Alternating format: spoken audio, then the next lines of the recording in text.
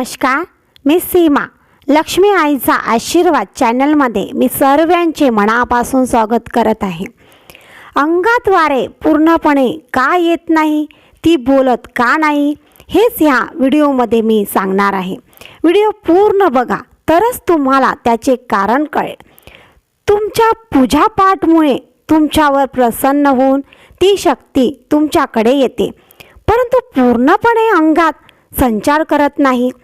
ती एका जागेवर बसून राहते किंवा भरपूर प्रमाणात खेळते व नंतर शांत होते.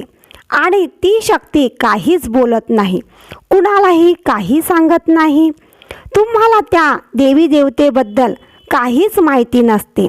त्या देवी देवतेचे काय नियम आहे, कोणते नियम पाळणे आवश्यक आहे हे सुद्धा माहिती नसते. आणि जे देवी देवतेचे नियम असतात ते पूर्णपणे पाळतच नाही. तुम्ही पूजा पाठ करून जी शक्ती मिळवलेली आहे त्या देवी देवतेचे नियम पाळणे आवश्यक असतात. आता तुम्ही साधारण व्यक्ती नसतात. मी तुम्हाला अगोदरच एका व्हिडिओमध्ये सवारीचे नियम कोणते कोणते असतात ते सांगितलेले आहे.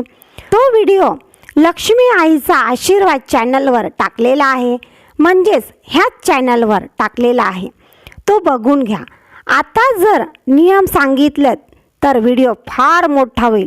दुसरे म्हणजे गुरु करणे आवश्यक असतात.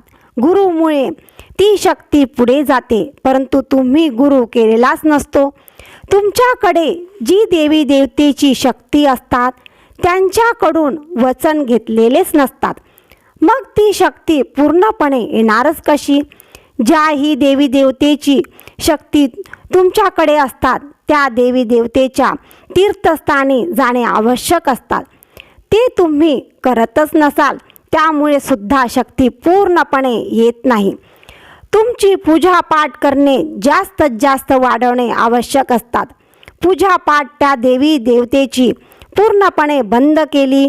जेव्हा तुम्हाला वेळ मिळेल त्या दिवशी पूजा केली, कधी वेळ नाही मिळाला त्या दिवशी पूजा नाही केली, म्हणजेच तुमचे पूजापाठ करणे आणि कधी सोडणे अशा प्रकारची पूजा चालू असेल तरीसुद्धा त्या देवी देवतेचे वारे पूर्णपणे येत नसतात.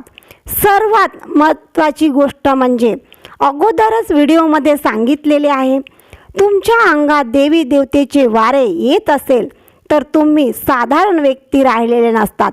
त्यामुळे आपले मन साफ ठेवणे आवश्यक असतात.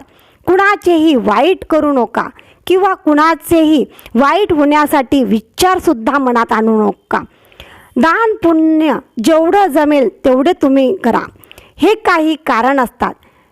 ती सवारी येते परंतु ती पूर्णपणे येत नाही. माझा व्हिडिओ आवडल्यास सबस्क्राईब नक्की करा. व्हिडिओ जास्तीत जास्त शेअर करा आणि कमेंटमध्ये जय लक्ष्मी आई नक्की लिहा. नमस्कार.